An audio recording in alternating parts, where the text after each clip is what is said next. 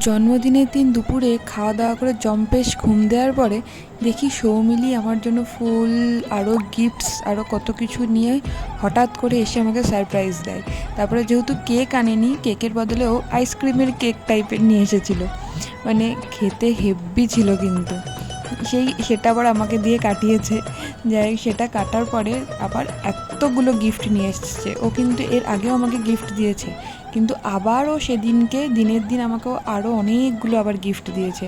মানে মেয়েটা পারেও বটে, খুব সুন্দর সুন্দর সব গিফট দিয়েছে, cute cute. Thank you so much. বেশ, তারপরে আমরা এতক্ষণ গিফট নিয়ে খুলছিলাম, তার আগে তো মা আমাকে একটুখানি কাঠি করে নিল। যাই হোক, গিফটগুলো সব খোলার পরে আমরা কিছুক্ষণ গল্প করি। গল্প করার পরে আমাদের রীতিমতো খিদে পেয়ে যায়। তারপরে আমরা নানা রকম pizza, crispy chicken, pan fried momo এগুলো অর্ডার করে খাওয়া দাওয়া করি আর এনজয় করি।